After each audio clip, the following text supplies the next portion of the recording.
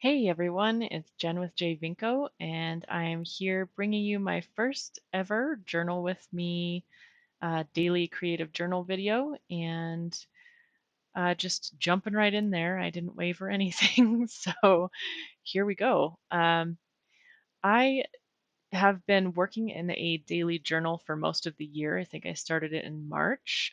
Shout out to Emmylou Arts. She's really the YouTuber that I watched for a while and saw the kind of journaling she did, and I thought it was really exciting, and I was inspired to start a similar type thing. And so I worked most of the year in it. However, it is really hard to keep up with daily journaling. I just can't find the time all the time, even doing sessions where I do a few pages at a time. It's just hard to keep up with every single day, and there's a lot of pressure. So partway through the year, I gave myself permission to just do the days when I can and try to remember to take notes on days so I can come back and journal if I want to later. And so I skip days. There are days where I don't have any journaling done, and I just skip to the next significant event that I took notes on, and that works for me. So I will have a video coming up where I do go through that. So let me talk about what's going on here. So December 30th, I'm making a tip in for that day, and I had a piece of collage that guy with the barbecue getting out of control there, and so I saved that for a little while. Wanted to use it for something that seems like it's going a little crazy, and I chose to put that on this day because it was around that time, maybe a day or two before that, I started to feel myself kind of having a new mindset, and I came out from under what felt like burnout, just a lot of stress and burnout, that felt like it was hanging around and kind of weighing me down, and I felt better after a while went by. To be candid, I kind of quit my job this fall. It really wasn't the right fit for me and the right career for me, and I'm finally going to make a move and hopefully go back to grad school here for what I do feel like I should be doing. Um, so it just felt like there was a lot to come out from under, and I feel like that maybe kind of happened. And so I put that guy with the barbecue on fire in there for because who knows what's going to happen now. And on the other side there, I was talking about kind of my significant other and I used to play cards a lot. We used to play a couple games against each other and really haven't made much time for that. And it was really fun that day. We decided to do that, and it was kind of like a reconnecting activity. It was pretty cool. So I had that kind of funny uh, fingers heading toward each other. um, Also, just cut out from a magazine, um, and I used an antiquarian book sticker for they're playing cards at a table, and another piece of collage with a deck of cards, and so I was going to journal about that. And then on the other side there, um, that day we decided to drive an hour just to get some barbecue, and it is good barbecue. It's worth it, but it was kind of a nutty thing that we don't always do. And so the drive down there was pretty good. It was serene. It looked kind of post-apocalyptic. Not too many people on the road. It was weird. Um, but I shouldn't have said anything about it because I jinxed us. And on the way back, we were, of course, stuck behind the cement mixer and a red minivan that was going 10 under the speed limit and, one lane. It was not an easy feat to try and get around them. So kind of a slow drive back. But um, where we picked up the food, if you see that picture there on the left side of that weird squid mermaid witch looking thing, there was just a crazy sculpture on top of one of the buildings when we were driving, when we were leaving the barbecue place not too far from it.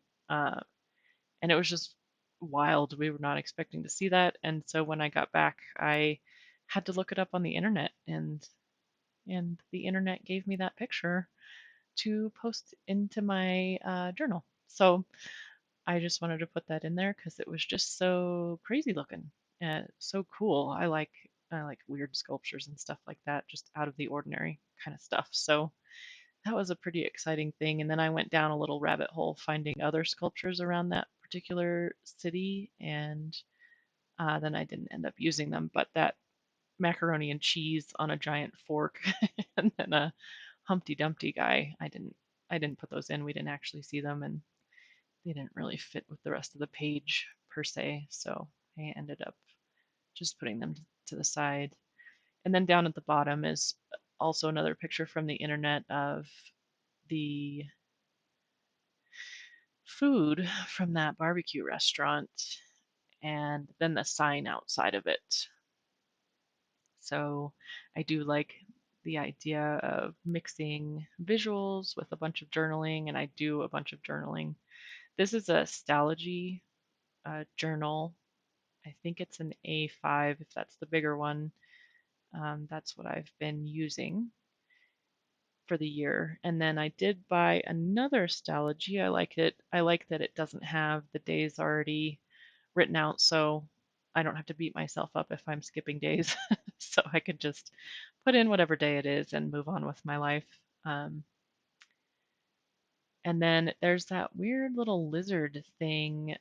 My son got that in a kids' meal from a fast food restaurant, and I don't know what it is. We haven't seen that movie or show, whatever it is, but it was super weird looking, and I decided I wanted to incorporate it somehow into what I was putting together. So I did end up putting that in there as well. He gave it to me. He didn't want it, surprisingly. My little boy did not want that weird little lizard in a dress with a megaphone. That's, you know, to each his own, I guess. So I just looking for food stickers. I really wanted him to say, uh, I don't know. I was looking for something specific, but I didn't find it, so I just went with another food phrase that I found in there. There I just showed you that that is what kind of glue that is. It's just Elmer's Craft Bond. Um, I recently got that. I've never really used it before, but it seems to be working fine. I used a liquid glue on that because it's kind of chipboardish, a little bit thicker, and so I didn't want it to have trouble sticking with glue stick or with double-sided tape. So I went for the liquid glue, and so delicious. That's what that lizard is saying through the megaphone about the barbecue. Lizards eat barbecue, apparently. And and then just looking for little things to fit in. Let's see, that one says enjoy the little things because we, you know, really had a good talk in the car about that sculpture and how weird it was, um, but how exciting it was on the drive back, which was good because we had an hour to kill. And we had to sit there smelling our barbecue that we had to wait until we got home to eat. And then I found a little piggy. He went with the barbecue too, so I just threw him in there. I like to, like I said, use like magazine collage that I've cut out or stickers and words and stuff, and then journal around them. And a lot of times looking at a blank page, I've heard a lot of other journalers on YouTube talk about this, that the blank page is kind of intimidating. Like, oh my gosh, how am I going to fill up this whole page? I wrote down 3 things today. I did laundry and we ate this and whatever. Every time I do that, I start looking for big images to fill up a page. And then I do that. And then I'm like, oh no, I don't have enough room to write. And I have to tip in a little door so that I have enough room to write. So I try to, you know, not go too overboard, and then I could always add something to an open space later if I have to. So I try not to panic with the blank pages, but it still happens. That's what being neurotic is all about, y'all. I don't say y'all, but I just did. So washi tape. put some washi tape in there. It's really kind of little white flower shapes, but because it's blue, it looks kind of like snowflakes too. And December, snowflakes. So I filled up the page with lots of journaling, and then I moved on to that journaling card. Um, I left maybe too much footage of me writing in there, but maybe people like to see that.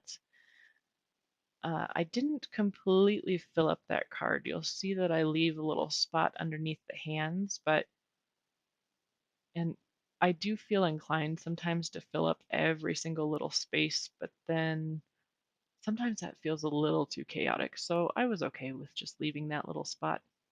I don't know. I think it's okay.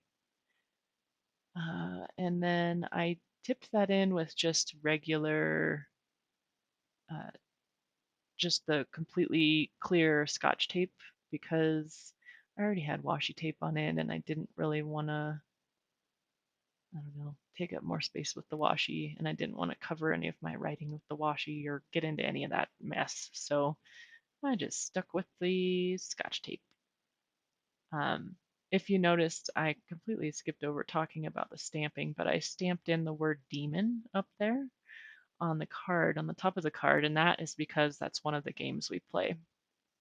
Um, that game is cool. It's kind of just playing solitaire against each other, kind of, and you can have as many people as you have decks of cards, I guess, although it would get too crowded with too many people. But it's a really fun game, and so I stamped it in there with my nice stamps.